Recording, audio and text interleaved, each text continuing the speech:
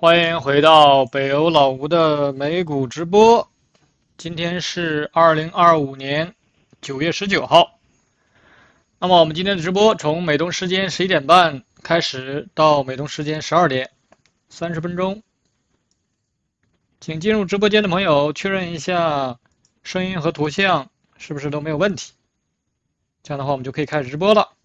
那么如果说你们要提问的话，就请把股票的英文名字和代码打上来。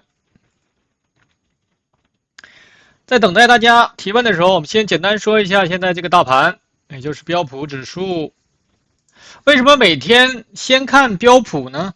原因就是标普它是一个500只股票的一个综合，那么它是最复杂的。你去看这个标普的图形，尤其是最后这种，它是特别复杂的，在里面的争夺也是非常厉害的。那么如果说你能够把这个非常复杂的图形分析好了，那么你再去分析其他个股的话，很容易的，个股都没有这么复杂的，你去看就知道了。所以说，而且标普指数很多股票每天的走势可能还没有标普强呢。如果说在一个弱势的这个环境下，所以说标普是一个非常有代表性的。那么这也是为什么，而且这个各个这个新闻呐、媒体啊，也都是关注的这个标普指数。我们来看一下这个大盘。这是我们的起涨点，然后进入段构成中枢，然后开始这个走离开，对吧？这就是我们说的这个离开段。那么离开段，我们之前说过，最后一段的1小时上，我们已经分析过，1、2、3、4、5，然后这是利率决议砸下来一下，然后构成了中枢，然后现在开始离开。但是它这个离开目前是不够一笔的，从这个起涨点的话，这只有4根 K 线。但是如果说按照这个级别，就是这个1、2、3、4、5，然后一个回撤构成中枢，然后离开。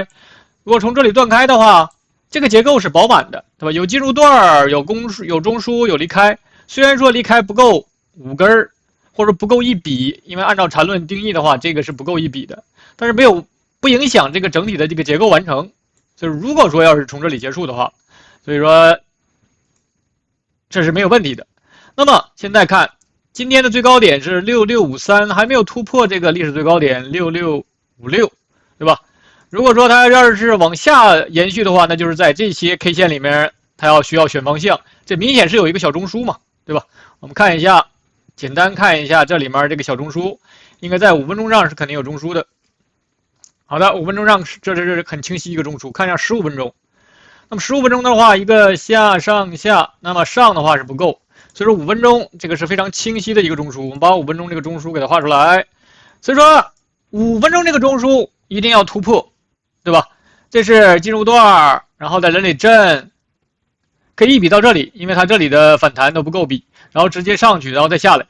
所以说呀，现在想往下走，必须要快速的脱离这个中枢，快速脱离5分钟的这个中枢才能往下走，对吧？你必须要快速往下走，然后一个反弹不回去，然后继续在这里做第2个中枢。那么以这种方式来完成这个调整。那么这个位置就是我们要进场了。这个位置是什么呢？就是1小时的回撤一笔，有可能是在1小时上形成那个中枢的3买。我们再回到1小时上，1小时这里不是有个中枢了吗？那么针对这个中枢的话，可以从这里回来一次，不回到这个中枢还是3买。所以也就是我们在5分钟上看到的这个回撤。它必须快速往下走，对吧？才能脱离这个中枢。但是如果说只是在这里震，还可以往上走，甚至出现一个小3买，然后结束这一小段，甚至走得更快。因为针对这个起涨点6551，那这是进入段，这是中枢，然后打离开的话，如果说力度够强的话，可以走小 B 段，对吧？所以现在标普的话就是处在一个中阴段，就是5分钟这个箱体。或者说叫中枢箱体都没有问题，没有出现3买或者3卖之前，它就是维持中枢震荡。如果说你发现它快速往下走了，那就要注意是不是要走这个要往下延伸，然后出现第2个中枢才可能结束。所以如果说快速往下走的时候，你要想捞的话，就不要着急，需要这个结构非常饱满之后才可以进场捞。好的，这是针对指数，我们已经降到5分钟讲，已经很清晰了。我们来看一下大家提问，丽丽你好，看一下以太币是吧？然后还有 Helen 你好 ，BMNR Netflix。好的，我们看一下他们的提问，先看一下以太币。那么以太币的话，没有脱离第二个箱体或者第二个中枢，这是起涨点1383，进入段构成 A 中枢，然后离开给了一个3买，这是我们之前都分析过，对吧？那么3买之后又出现第二个中枢，所以说现在就是围绕第二个中枢震荡。那么你可以利用这个中轨，对吧？在中轨之上，现在这个回落的话，我们看也够一笔了，这个回落也够一笔。那么就看它能不能够在这个震，慢慢在这个中轨之上，然后出现快速往上拉升。但是现在看这个 MACD 的跟随并不是很强，对吧？这个 MACD 你得调过来，来一个空中加油才能掉头往上走。所以现在，那么这一小段应该是内部的话还不够饱满。我们看一下这一小段内部4小时有没有结构。4小时的话，这只是一个下上，可以是一个下上下。那么再看一下1小时，1小时就相对复杂一点，因为它像比特币啊，那个以太币，你用4小时的话是它的次级别，对吧？你用1小时的话就相当于日线的次级别。那么在这个1小时上，这里是做出来第二个中枢。其实它在4小时上是有一个一笔下、一笔上，然后再一笔下的一个结构。我们再回到4小时，就是它是可以这样画4小时。这个4小时的第一笔画到这里，然后第二笔反弹到这里，然后这是第3笔的那个下跌。那么4小时，然后再到1小时来看。哦，那4小时的这个画线我需要延伸到1小时上。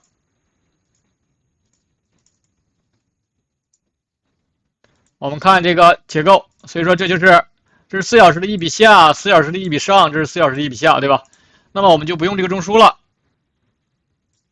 第二个中枢就不用了。那我们就按照非同级别分解，因为利用非同级别分解的分析的好处就是简单，就是你可以不进行中枢延伸，或者说不进行中枢扩张，这样的话就简单嘛。这样的话就是一笔下、一笔上、一笔下，那么我们只需要从这里断开，我只需要分析最后这一笔了。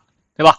那么在1小时上的话，就是这里是可以有一笔下一笔上的，然后这是第3段，说明什么呢？这个3明显没背驰啊，对吧？3想背驰，那可能是不背驰的话，可能是出现4和5。你看它这个 MACD 往下张口张太厉害了，张口张太厉害，说明这个动能太强了，这段下跌动能太强。所以你要想抄以太币的话，你起码要等个5段，就1小时上要出5段之后，说明这个4小时这一笔才有可能结束。我们再回到4小时，那么这3笔我们可以其实比较一下这个有没有什么等比例了，潜在的这个可能的出现下跌的位置，那有可能跌到4300、4300吧。如果说砸到4300的话，有可能是一个比较好的一个你要进场做多的位置。所以说，在它没有跌稳之前，不要着急进。这就是这个以太币，但是大中枢上或大区间、大周期上来看的话，它这个中枢没有脱离呀，还是继续震。好的，这是这个以太币，我们看一下 Helen 问的 BMNR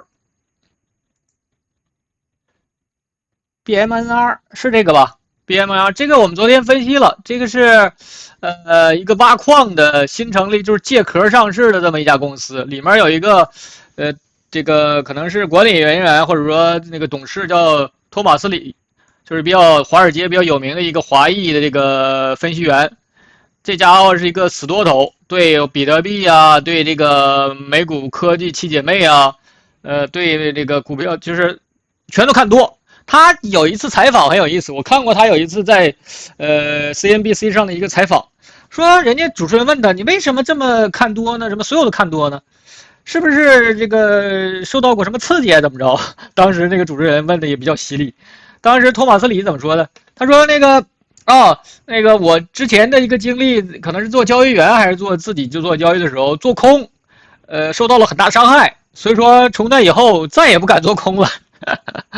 所以说就只看多，那么也是跟很多人也是很类似，对吧？你做空或者说你很大的失误的时候，对你的印象特别深刻，就再也不敢了，再也不敢碰了。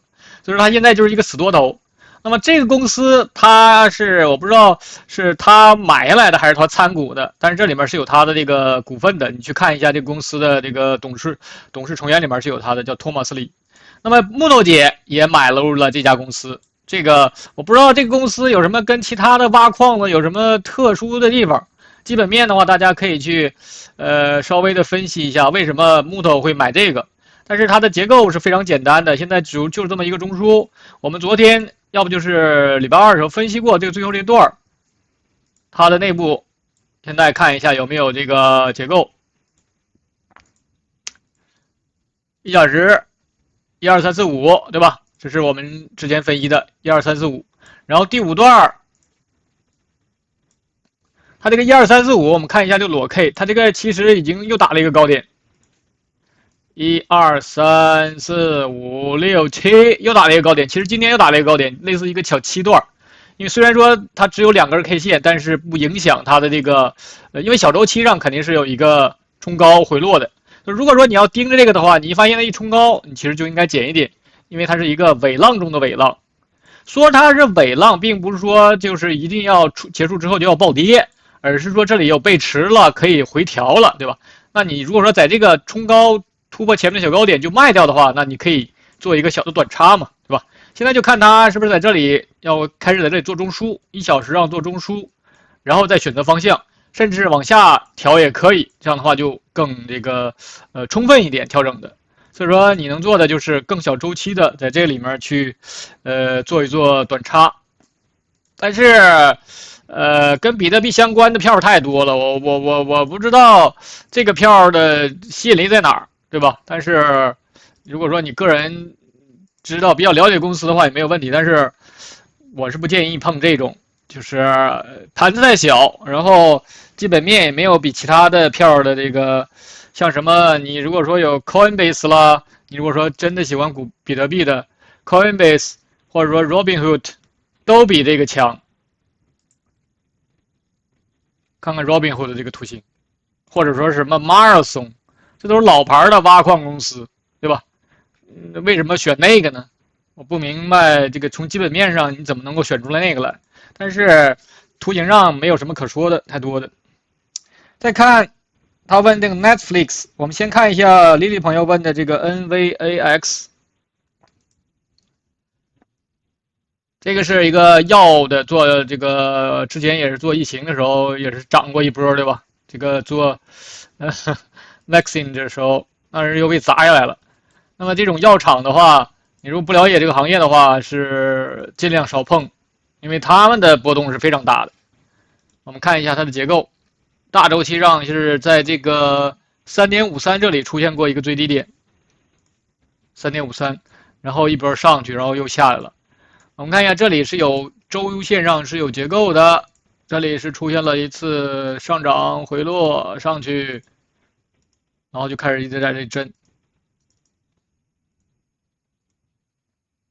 那么周线上这个大中枢，但是这个我们看一下，比较一下这两个价格，应该是没碰上，那也就是说这里是出现了一个中枢出现了一个扩张。8.78没上去，所以说它的结构是这样的，那就是月线上出现了一笔上一笔下。我们看它的月线上，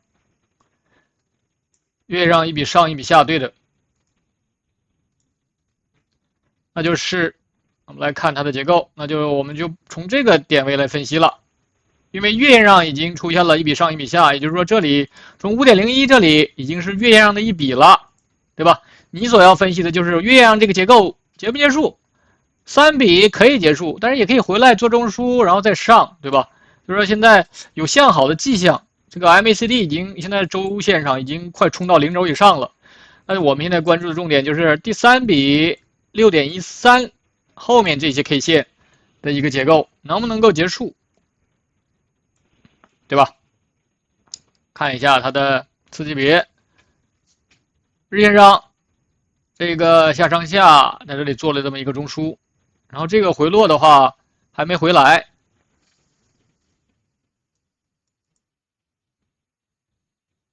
因为这个的话是可以作为一笔回落，那么这样的话中枢就在这里，那么这里还出现了一个日线的小三买，这个回落很有技巧，看到没有？这回落回的很有技巧，明显是控盘控出来的，机构这看着图形做的，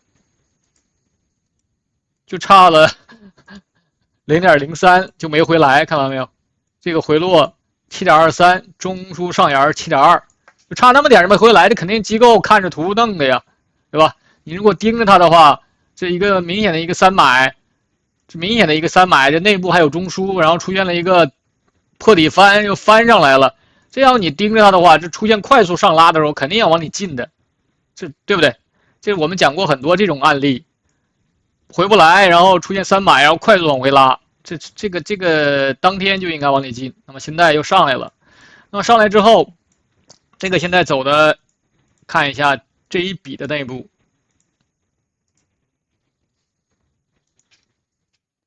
1小时，一笔下，再下，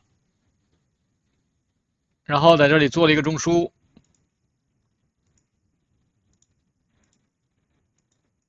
然后还给了一个三买，然后又打了一个高点，这结构太教科书了吧？你如果说一直跟踪的话，每一段都能吃到，对吧？先做中枢，你这每一段都能吃到。如果说你能够有时间盯盘的话，然后又上去脱离中枢，然后它的内部是出现了背驰，然后砸回来，出现一个三买。你如果当下去测的话，0.5，这走的太技术了。所以说现在这个又打了高点了，内部又很这个纠结，说明里面有背驰了，那就等它这里什么时候做出第二个中枢来，取完之后看能不能往上走。但是也可以结束，这个位置也可以就这段就结束也没有问题，就日线上这一笔结束也没有问题。当然要先回来一笔，甚至先跌穿这个小三买，然后往反向走也可以，对吧？现在你要做的其实就是先减仓，等待这笔的回落什么时候结束。它如果说快速杀下来，你就要等一等；如果说缓慢的跌破这个位置，或者说不跌破这个位置也可以，那都是二买，都是二买，都是结构买点，可以再上去。所以你要做的就是等待回落这一笔什么时候结束。好的，这是这个 NVAX， 然后看一下 Helen 问的 Netflix。Netflix 的话，最近受到这个Oracle 那个 CEO 可能要收购 WBD 的这个消息刺激，对吧？现在是流媒体大战嘛，他们可能是受到那个影响，可能股价上出现了一些波动。但是你看这个图形，现在我们看的是月线，这一笔呀，从162.7上来，这只是一笔，在月线上只是一笔。我们看一下这段的这个次级别，现在月的顶分型已经出现了，但是呢，出现顶分型也出现过很多次了。那么这一次能不能够成为一个真正的顶分型？下来一次呢？不知道，看一下它的次级别结构。那么在次级别起涨点 A 中枢、B 中枢，然后针对 B 中枢还出现了三买，也就是说这个结构可以随时完成，就这个结构可以随时结束到这里。然后它如果说在周线上给一笔就三段回落的话，构成大周期的一笔，就刚才我们看那个月线上一笔回落的话，那这个位置又是买，或者说你形成三中枢也可以，一个、两个、三个也可以，然后往上走，这就是同级别分解和非同级别分解的区别了，对吧？所以你就现在以这个最高点1341这个最高点来分析它，现在是不是要回来三段回来一次？那么现在是只有两段，那么最后这些还没有形成这个回落，看一下次级别能不能够有这种可能性，还是从这个最高点这儿断一下。你看这里还形成了中枢了，也就是说，如果说我们把这个都给它清掉，重新画一下，因为它这里是出现了一些4根 K 线，那么就从这个进入段上去，这就是一个特殊划分了。你要么画到这里，或者画到最高点。如果说用最低点画的话，它是这样一个划分，对吧？这个不取这个次高点，取最高点，因为这一笔反弹不够一笔，所以说我画到这里。那这样的话就是一个1、2、3段。那么现在是它走这个第4段，看这里个 MACD 能不能够抬起来，抬起来做第4段，那你还可以这个做一个交叉，对吧？有一个趋势线，高低点2个高点连线，有一个趋势线，就看这笔反弹能不能顶到这个趋势线这儿。那这样的话，有了一个反向中枢，还可以继续往下走。所以说，现在就是看它这笔的这个反弹的力度。如果说强的话，这样的话也是可以，但是呢，只要不突破这个最高点，它都是在这里做反向中枢，还可以下来，这样走也可以。就看这笔的力度，首先关注这笔的力度。如果说连这个线都突破不了，或者说连这笔反弹都不能够形成，直接掉头的话，那就是这笔的延续，对吧？那就更差了，更弱了。但是看现在，如果说能够收起来，弹一下再下的话，给你一个减仓的机会。就做了中枢之后，这个位置要减一减，硬一硬。你要不硬的话，它可能是一个快速往下杀，或者说，即使是不是快速的话，它也可以慢慢的来一个跌破前面这个小低点，就形成了一个进入段构成中枢，然后做一个回落，就跌破这个位置出现背驰，那么这个位置你也可以进，对吧？无论怎么选，这是我们都做这个推演，就是做不测而测的一个推演。不论怎么样，这笔都要先完成。那么，因为那个还有9分钟时间，又有朋友问了一个其他的，那么我们就简单说一下，就不去分天看它的这个次级别了。但是它次级别明显现在走的比较弱，所以你需要盯一下1小时甚至15分钟的一个，看这笔能不能够上去。上去的话，不要错过给你减仓的位置，因为它即使这样也可以啊，它做一个收缩三角形，这样也再选方向也可以，对吧？你还是有机会买回来的，这些位置卖，下面买，你还是有机会买回来的。所以说现在它应该是处于这么一个整理状态，一个三角形整理状态。我们再看这个，丽丽朋友问了一个 Solana 的那个虚拟币，但是有一个新朋友叫 April， 他也问了一个，也不是新朋友吧，也是一个会员，但是我们先看一下他问的这个 IREN Limited， 这是我们从来没分析过的。我们来看一下他问的这支票。这个票的话，我们也是看一下大周期上有没有这个有没有什么方向。那么 IREN 这里是现在看的是月线这个周期。这个公司是干什么呢？是一个综合数据中心运营商。主营业务是比特币挖矿，人工智能、高性能计算，提供云服务。它这公司的护城河在于什么呢？就是垂直整合的业务模式，特别是利用可再生能源来提供低成本电力。这公司在构建大型数据中心方面拥有比较丰富的经验。那么它跟这个 Marathon 啦，还有这个 RIOT 啦，都是竞争对手。所以说这也是一个挖矿啊、数据中心都有关的一个小公司。我们看一下这个结构，这里是最高点 15.92、15.75， 那就是这里。它现在是走一个月线的第3段，非常强，看到没有？这明显就比刚才那个什么 BitMine 强嘛。这图形上你一看就能，那个 BitMine 是在做这么一个箱体，这是一个3浪或者是第3段，这是一强谁强谁弱，图形上就能表现出来。所以说要做强的，不是要做那种。在那里做横盘的这种横盘，如果说你能够有那个耐心的话也可以，但是一般没有耐心的话就很容易拿不住。现在它在 5.13 上涨，周线上还是一笔，看一下日线，就是 5.13 这个起涨点，日线上现在有结构，下面这里是做了一个日线的中枢，然后就开始在这里震，这里还给了一个日线的一个3买。对吧？这是进入之后做了一个就在下面做了一个中枢之后就一直往上走，然后走得非常强，非常强。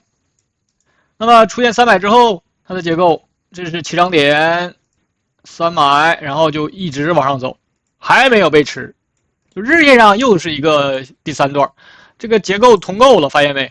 日线上是123，然后刚才那个月线上也是一个123，都在第3段或者第3浪。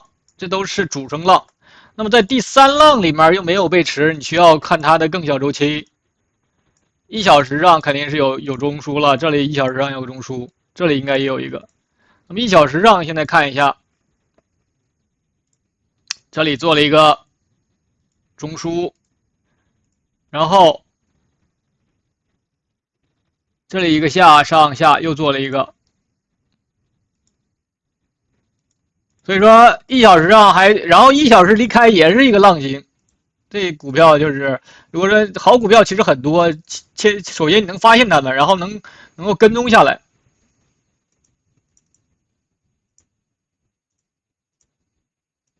看它的这个结构，形成2个中枢之后 ，A、B， 然后上去还给了一个第2个中枢，还给了一个3买，之后还打了一个高点，对吧？这个结构非常的饱满。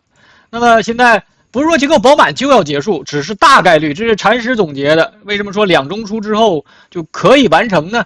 可以完成代表是这个可以结束了，然后再一个，如果说调整充分之后还可以继续上的，所以说只是说现在这个结构已经相对跟模型比较已经相对饱满，这是为什么我们老说这个饱满是跟这个模型比较。那么现在这里是因为它这笔反弹是不够一笔的，如果说从这里断开，它其实是可以走一个反向走势，在这里是可以这样走，甚至是走2个也可以，对吧？那你现在就关注它这个最后这段还是说再打一个高点也可以啊，因为它这个反弹是不够一笔的，虽然说它这里回撤是够一笔，但是它是可以其实往上延续的，也就是小周期里面可能是有一个下上下，然后再上去，对吧？但不管怎样，这个票首先短周期的话你是不能追它的，你一追就很容易追在最高的相对的比较高的位置，然后它夸，然后给你来一个很快的回撤，也就是日线上已经是这个。就是它的内部已经很饱满了，你想进的话，也是起码给一个稍微大一点回撤，就是一个1、2、3、4，等一个4的回撤之后，看看有没有5，甚至在这里做中枢也可以。那这样的话就是2个，下面日线上 A， 日线上的 B， 对吧？你也可以从这个起涨点这里看一下能不能够回来。那么之前的话，我们测一下，现在这个用复盘的方式来看一下之前这个回落到什么时候。是不是到 0.5？ 看到没有？对吧？所以说你只要有耐心，任何好股票你都能抓得住，就不会卖飞，也不会买不回来。关键是你能不能够跟踪得住。所以说手里股票首先不能多，一旦多了之后你是看不过来的。然后最后看一下这个 Solana。那么这个小票我在很早的时候，我这个做英语的那个分析的时候是分析过这个的。那么我当时这是我当时做英语直播的时候分析的，在这里。当时我就说这个去看我频道里面，这个在23年7月份左右，这一直在这里分析，就是说这个 Solana 的牛市来了。我当时在这里分析的，说 Solana 的牛市来了。那么现在当时分析的时候是20块钱，现在是237， 10倍上去了。那我们看一下它的结构，现在是看一下有没有什么新的变化。这里是有过一些大的回落，但是不够中枢。那么周线上明显做了一个大的这个平台上去的。我当时是分析的是1、2、3、4、5。我的英语当时说的正好是一个5浪下来，周线上，这就是当时的一个大底啊。那么可惜，他这个小散户里面的玩它的比较多，但是因为它可能机构的关注度比较少，但是它的这个波动是非常大的。那么这里有一个周线的大中枢，然后我们再看周线这个中枢起来，这个做了一个平台之后，啪上来了，然后还给了一个周3买，所以说。这种，然后这个反弹是不够的，那就是一笔到这里，我们把它周线的最后这段给它画出来，这样的话就能找出来中枢了。画到这里的话就也不够，所以到这里其实没有大所谓的。那么直接到一笔到这里，然后又回来了，然后又上去，又下来了，又上去了。所以说它周线上就在这么一个大的中枢的这震呢。你可以画到这样画也可以，因为它每一个都在，尤其是这个点位的回撤非常的技术吧。126.03 125.93， 没回来，还是一个3买，这就是这个多异性。这就是一个多异性。你可以这么画中枢，也可以按照上面这个画中枢，就这么画也可以。这就是多异性。那么前面的话其实就变成进入段了。那么这个，但是这个画的话不能够体现出这个300来，所以说我们把这个中枢这么画，体现出这个300来了。也就是说这里离开其实是有一个300的。那么这个300现在这个第3段也没有被持，对吧？看一下它的日线上，日线上这里做了一个中枢，然后这是进入段，这里也有过一次回落，但是比较小，但是其实可以当成1笔上来也可以。然后这里是有回落，但是不够1笔，所以1笔就上到这里，它的起涨点就在这个位置。那么它的1小时上或4小时上这里做了一个中枢离开，它现在走的还挺强的。如果说你能拿得住、跟踪得了的话，可以继续利用1小时这个。如果有回来的话，针对这个的话还是300。如果说非常差的打回来，那就是继续中枢震荡。所以说你结合日线，就是现在是针对第2个 B 中枢，这是 B 还出现了一个300，然后离开。如果说它强一些的话，甚至能够突破前面这个最高点295。